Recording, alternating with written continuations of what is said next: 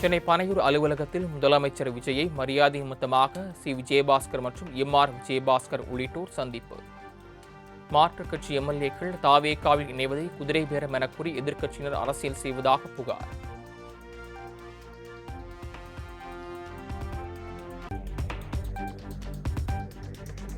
தமிழக வெற்றிக் கழகத்தில் இணைந்தார் அரக்கோணம் திமுக எம்பி ஜெகத் ரட்சகனின் மகன் சந்தீப் ஆனந்த். முதலமைச்சர் விஜய் முன்னிலையில் தாவேகாவில் தன்னை இணைத்துக் கொண்டார்.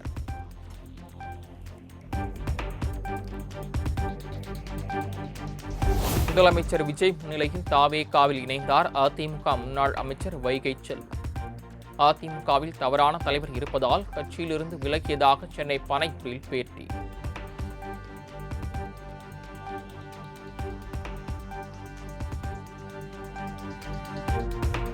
தாவேகா அரசு மீது நடவடிக்கை எடுக்க கோரி தமிழக பொறுப்பாளுநர் ஆர்.வி. அருளேகருடன் திமுக பிரதிநிதிகள் சந்திப்பு. குதிரை பேரம் மூலம் மாற்றுக் கட்சி எம்எல்ஏக்களை பதவி விலகச் செய்ய முதலமைச்சர் விஜய் முயன்றதாக வைகோ பேசியதை சுட்டிக்காட்டி ஆளுநரிடம் புகார் மனு.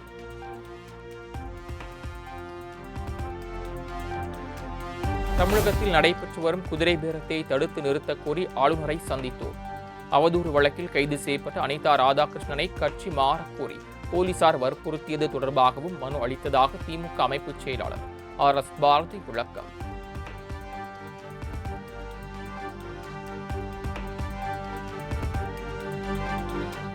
நாகர்கோயில் திமுக எம்எல்ஏ ஆஸ்டினிடம் பேரம் பேசியது தாவேகா.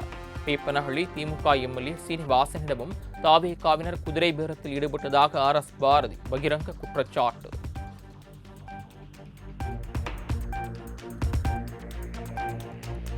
அண்மையில் தாவேகாவில் இணைந்த சி. விஜயபாஸ்கரை வைத்து ஓ.எஸ். மணியனிடம் பேரம் பேசியது தாவேகா. பாஜகவை தொடர்ந்து குதிரை பேரம் தொடர்வதாக தாவேகா அரசு மீது திமுக அமைப்பு செயலாளர் ஆர்.எஸ். பாரதி குற்றச்சாட்டு.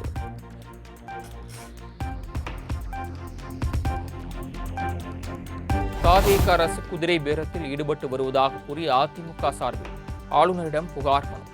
கிண்டி ஆளுநர் மாளிகையில் அதிமுக கொறடா அக்ரி கிருஷ்ணமூர்த்தி, மாநிலங்களவை எம்பி இன்பதுரை ஆகியோர் மனு.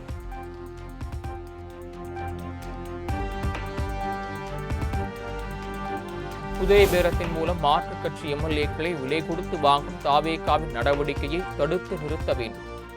அதிமுக சார்பில் ஆளுநரிடம் புகார் மனு அளித்த பின்னர் அக்கட்சி கொறடா அக்ரி கிருஷ்ணமூர்த்தி பேட்டி.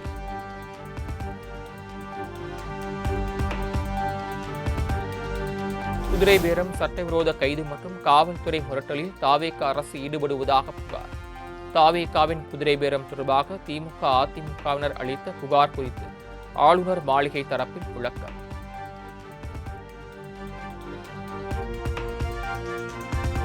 ஆய்வு செய்வதற்கு ஆளுநருக்கு முழு அதிகாரம் உள்ளது. ஆளுநரை கொச்சைப்படுத்தி பேசுவது அமைச்சருக்கு அழகல்ல என பாஜக மாநில தலைவர் நயினார் நாகேந்திரன் காட்டம்.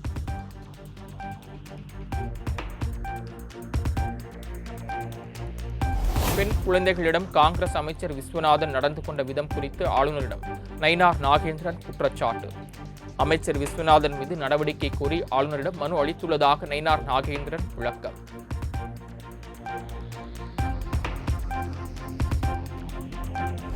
பணியிட மாறுதலுக்கு லஞ்சம் பெறுவதாக அமைச்சர் நிர்மல்குமார் மீது புகார் வந்துள்ளதாக நயினார் நாகேந்திரன் குற்றச்சாட்டு. தாவேகா அரசை தொடர்ந்து பாஜக விமர்சித்துதான் வருவதாகவும் பேட்டி.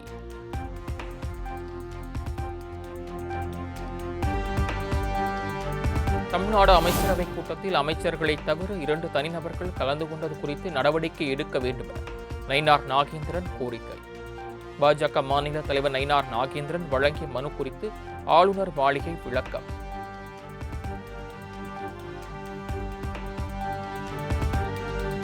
மக்கள் பிரச்சினைக்கு தீர்வு காண முயற்சி செய்வோர் தயக்கமின்றி ஆளுநர் மாளிகையை தொடர்பு கொள்ளலாம். மக்கள் பிரச்சினைகளை தன்னிடம் கூறினால் முதலமைச்சரை தொடர்பு கொண்டு தீர்வு காண்பேன் என ஆளுநர் அருளேகர் உறுதி.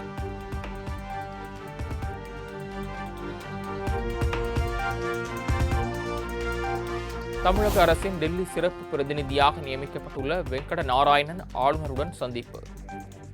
சென்னை கிண்டியில் உள்ள ஆளுநர் மாளிகையில் சந்தித்து வாழ்த்து பெற்றார்.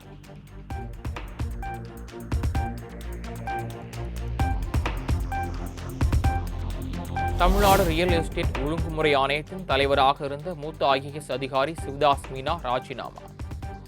சட்டத்துக்கு புறம்பாக எந்த நடைமுறையும் பின்பற்றாமல் அரசு கட்டாய ராஜினாமா செய்ய வலியுறுத்தியதாக குற்றச்சாட்டு.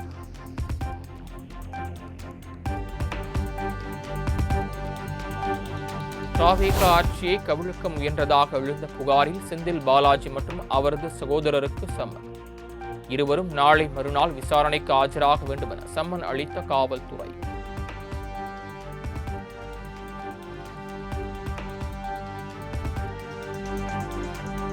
தாவேக பேர விவகாரத்தில் தலைமறைவாக உள்ள திமுக முன்னாள் அமைச்சர் செந்தில் பாலாஜிக்கு லுக் அவுட் நோட்டீஸ். செந்தில் பாலாஜியின் சகோதரர் அசோக் குமாருக்கும் லுக் அவுட் நோட்டீஸ் வழங்கிய திருவல்லிக்கேணி போலீசார்.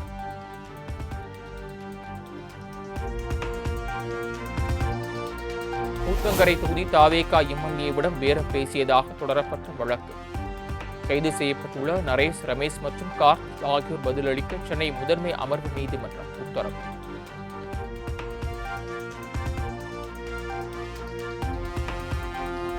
அதிமுகவிலிருந்து விலகி தாவேகாவில் இணைந்த முன்னாள் அமைச்சர் சி. விஜயபாஸ்கர் உள்ளிட்டோர் மீதான குட்கா முறைகேடு வழக்கை 12 வாரங்களுக்குள் முடிக்க வேண்டும். MP MLA-க்கள் மீதான வழக்கை விசாரிக்கும் நீதிமன்றத்திற்கு உயர்நீதிமன்றம் உத்தரவு.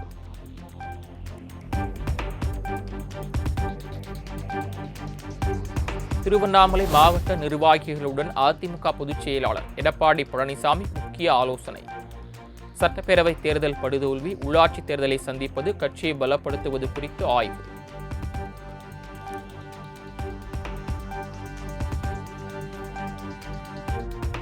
தனது பேரணியின் பட்டமளிப்பு விழாவில் கலந்து கொள்வதற்காக குடும்பத்தினருடன் லண்டன் புறப்பட்டுச் சென்றார் திமுக தலைவர் மு.க. ஸ்டாலின்.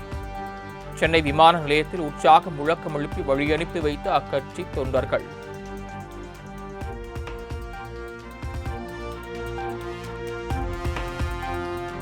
சகோதரர் மற்றும் அவரது மனைவியை வீடு புகுந்து தாக்கிய வழக்கில் புதுச்சேரி குற்றவியல் நீதிமன்றத்தில் ஆஜராகாத நிதியமைச்சர் மரிய வில்சன்.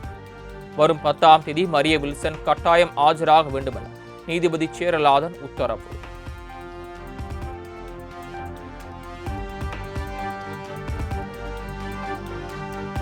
கரூர் சம்பவத்தை சுட்டிக்காட்டி கணக்கு தீர்க்காமல் விட மாட்டோம் என அமைச்சர் ஆதவ் அர்ஜுனா பேசியது ஏற்புடையதல்ல. கணக்கு தீர்ப்போம் என பேசியிருப்பது ஆதவ் வகிக்கும் அமைச்சர் பொறுப்புக்கு பெருமை சேர்க்காது என CPI மாநில செயலாளர் வீரபாண்டியன் கண்டனம்.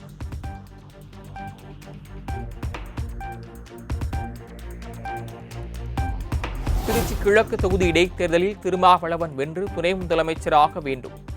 ஓமலூரில் நடைபெற்ற மாவட்ட விடுதலை சிறுத்தைகள் கட்சி செயற்குழு கூட்டத்தில் ஒருமனதாக தீர்மானம் நிறைவேற்ற.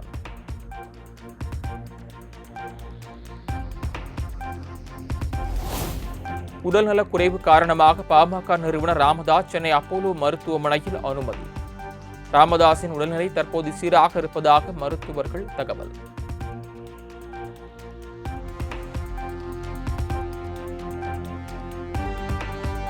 மேகதாதுவில் அணை கட்டினால் தமிழகம் கடும் தண்ணீர் பஞ்சத்தை எதிர்கொள்வது உறுதி. டெல்டா விவசாயிகள் மீண்டும் எலிக்கறி சாப்பிடும் நிலை ஏற்படும் அபாயம் உள்ளதாகவும் பாமக தலைவர் அன்புமணி வேதனை.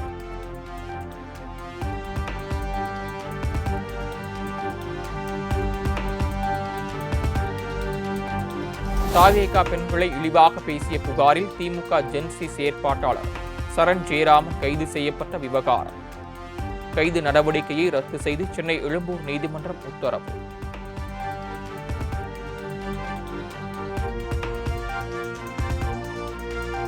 வடமேற்கு வங்காள விரிகுடா பகுதிகளில் நிலவிய காற்றழுத்த தாழ்வு பகுதி ஆழ்ந்த காற்றழுத்த தாழ்வு பகுதியாக வலுப்பெற்றது.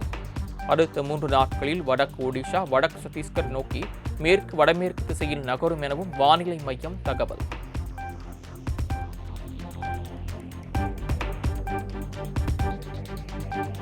நாடாளுமன்ற மழைக்கால கூட்டத்தொடர் ஜூலை 20ஆம் தேதி தொடங்கி ஆகஸ்ட் 13ஆம் தேதி வரை நடைபெறும். நாடாளுமன்ற விவகாரத்துறை அமைச்சர் கிரண் ரிஜிஜு தகவல்.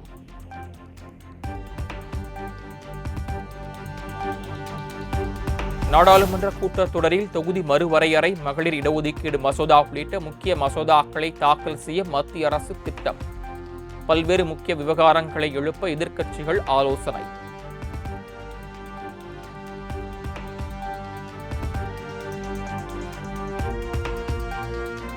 பாரதிய ஜனதா கட்சி ஒருபோதும் பிரிவினைவாத அரசியலில் ஈடுபட்டதில்லை. தேசம் மட்டுமே முதன்மை என்ற கொள்கையுடன் தொடர்ந்து செயல்பட்டு வருவதாகவும் ராஜஸ்தான் மாநிலம் பலோதராவில் நடைபெற்ற நிகழ்ச்சியில் பிரதமர் நரேந்திர மோடி பேச்சு.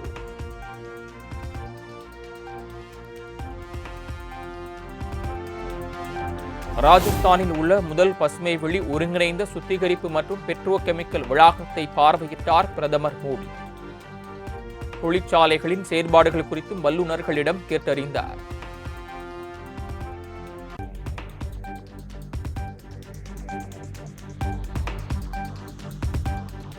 ராஜஸ்தான் மாநிலம் ஜோத்பூரில் 480 கோடி மதிப்பிலான விமான நிலைய புதிய முனையத்தை திறந்து வைத்தார் பிரதமர் மோடி.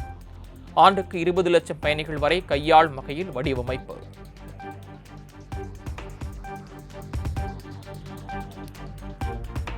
குஜராத் மாநிலம் சனந்த் பகுதியில் அமைக்கப்பட்டுள்ள செமிகண்டக்டர் உற்பத்தி தொழிற்சாலையை திறந்து வைத்தார் பிரதமர் மோடி. மேக் இன் இந்தியா திட்டத்தின் கீழ் நாட்டின் 3வது குறைக்கடத்தி ஆலையில் உற்பத்தி தொடங்கப்பட்டுள்ளதாகவும் பெருமிதம்.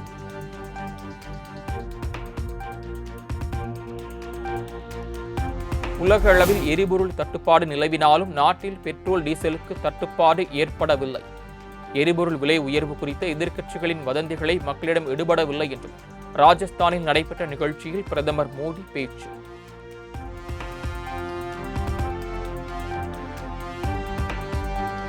மகாராஷ்டிர மாநிலத்தில் கொட்டி தீர்த்த மழையால் நிரம்பி வழிந்த குஷி அணை. ஆர்ப்பரித்த மழைநீரில் அச்சமின்றி குடும்பத்தினருடன் உற்சாக குளியலிட்ட மக்கள்.